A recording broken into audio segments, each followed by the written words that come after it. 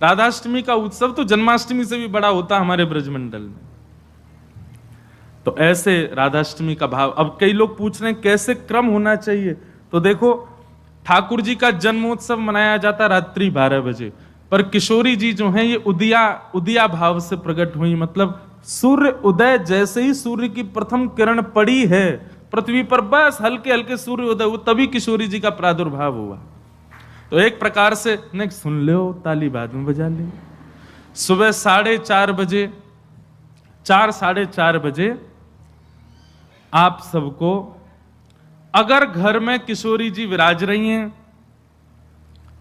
स्वच्छंद भाव से, तो किशोरी जी को अभिषेक करना। वैसे हम तो दोनों उनको ही कर दें। जन्माष्टमी पे भी युगल सरकार, घर के ठाकुर जी जो हैं युगल राधा कृष्ण, उनको करें, और राधाष्टमी पर भी दोनों उनको ही करें। अगर घर में केवल लड्डू गोपाल विराज रहे हैं, केवल ठाकुर जी मुरली मनोहर लाल जी विराज रहे हैं, त्रिभंगलली ठाकुर जी, तो भी उनको अभिषेक करो। उन्हीं को ही श्री जी स्वरूपा मान करके उनको अभिषेक करो।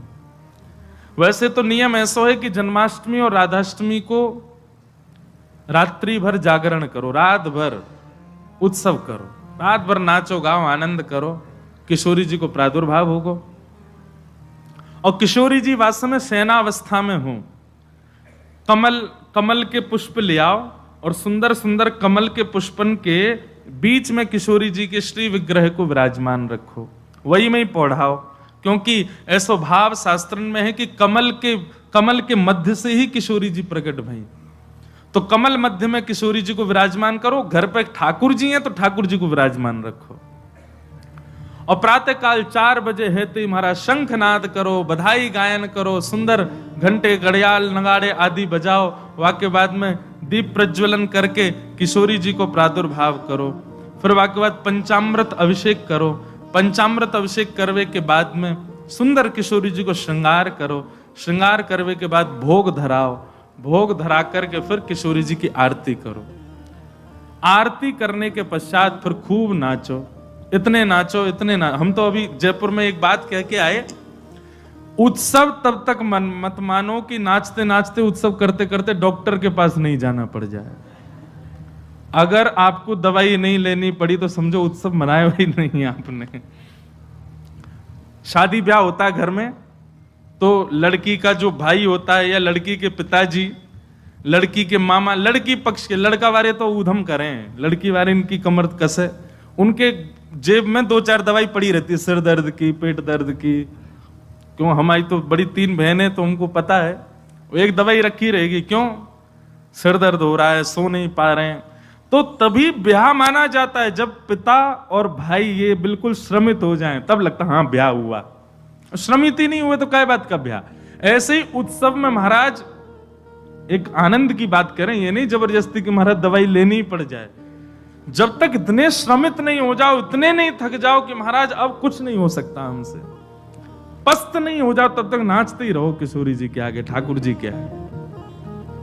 खूब बढ़िया उत्सव करियो, खूब नाचियो, और फिर व्रत रखो पूरे दिन। किशोरी जी को खूब बढ़िया व्यंजन पवाओ, और पवा करके वो कोई को वितरण करो, कोई अपने काजे थोड़ा रख लो। दूसरे दिन जब नौमी लगे सो वाको पाओ प्रसाद रूप में, पर वा दिन व्रत रखो। और भैया नहीं रुको जाए तो पा लियो, चकाचक पाओ। बोले हमारी श्री जी को उत्सव है, हम तो पाएंगे तो पाओ, कोई दोष भी नहीं।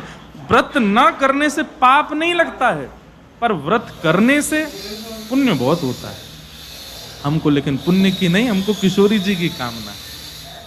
तो इस प्रकार, और फिर एक नियम सुनो, ओम नमः शिवाय। या तो संभावना बने तो सहस्त्र कमल, 1000 कमल, और 1000 कमल की भावना नहीं बने तो 1000 कोई भी पुष्प, लेकिन सुगंधित होने चाहिए, बिना सुगंध वाले नहीं। मोगरा के हो जाएं, हार श्रृंगार के हो जाएं, गुलाब के हो जाएं, और यदि व्यवस्था बन जाए तो कमल 1000 हो जाएं। किशोरी जी के अभिषेक के बाद, आरती करने के बाद, सब आरती आदि पूजन किशोरी जी को भोग लगाने के बाद, फिर उसके बाद 1000 कमल से श्री चरणों की अर्चना करो। अब अर्चना में तो कई लोग ऐसा भाव रखेंगे कि राधा सहस्त्र नाम गाओ, राधा सहस्त्र नाम से 1000 कमल चढ़ाओ, पर हमारी भावना ऐसी गोपाल सहस्त्र नाम से चढ़ाओ, गोपाल जी के नाम से एक एक कमल ठाकुर जी, क्योंकि भैया धन धन राधिका के चरण, बड़ी महिमा है किशोरी जी के। पद्म पुराण में तो इतनी सुंदर व्याख्या है किशोरी जी के जन्मोत्सव की। 1000 एकादशी मल्टीप्लाई इनटू 100 कर दो, जितना आएगा इतना फल मिलता है एक राधाष्टमी का व्रत करने से। अब कई लोगों के मन में भाव रहता है कि मेरे मन में भी ऐसा ही भाव रहता है कि भैया उत्सव है ठाकुर जी को जन्माष्टमी को, उत्सव है राधाष्टमी को, तो फिर काहे को हम लोग भूखे प्यासे रहें, बढ़िया माल छाने।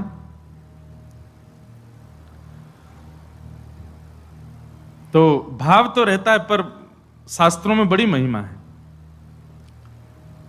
व्रत करने का नियम मूलतः इस भाव से होता है कि भाई जब हम अन्न का सेवन नहीं करते हैं तो अन्न सेवन ना करने से आलस्य जाता है, अन्न सेवन ना करने से मस्तिष्क में, मन में नकारात्मक ऊर्जाएं नष्ट हो जाती हैं। फलाहार रहते हैं तो निश्चित ही है ऊर्जावंत होते हैं, तो ऊर्जावंत होंगे तो और बढ़िया उत्सव मनाएंगे।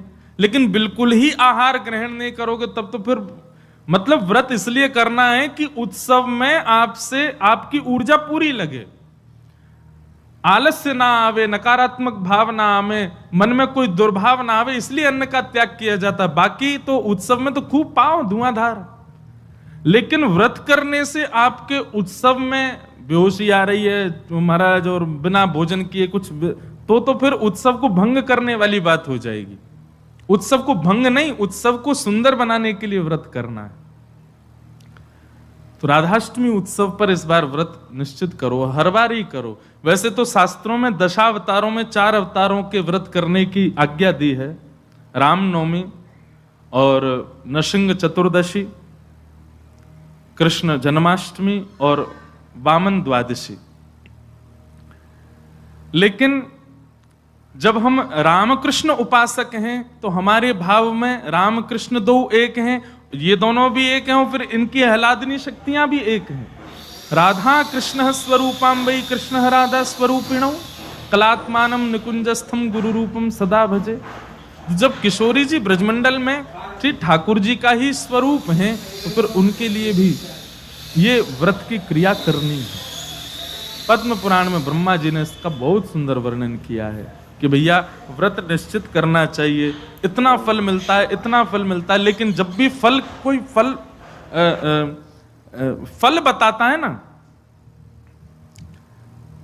कि महाराज जी ये करने से ये फल मिलता है, ये करने से ये फल, मन में एक ही बात आती है, अगर ये करने से ये फल मिलता है, अगर हम इसके बदले फल की कामना ना करके ठाकुर जी की कामना करें तो हमको व्रत इसलिए करना है हमको श्री जी मिले, हमको व्रत इसलिए करना हमको ठाकुर जी मिले।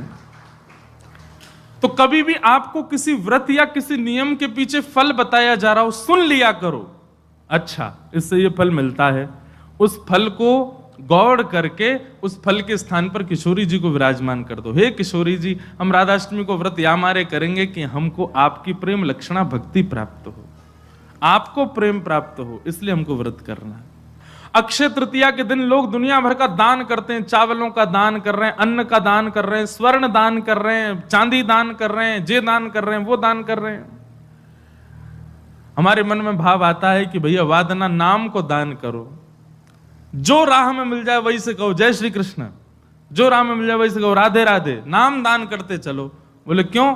बोले अक्षय तृतीया को कछु दान करो तो अक्षय है जाए, तो हम नाम दान करें, हम ठाकुर जी को भजन दान करें, अरे भक्ति दान करें, अपनी भक्ति अक्षय हो जाए, नाम अक्षय हो जाए, प्रेम अक्षय हो जाए, ऐसी अक्षय तृतीया मनाओ।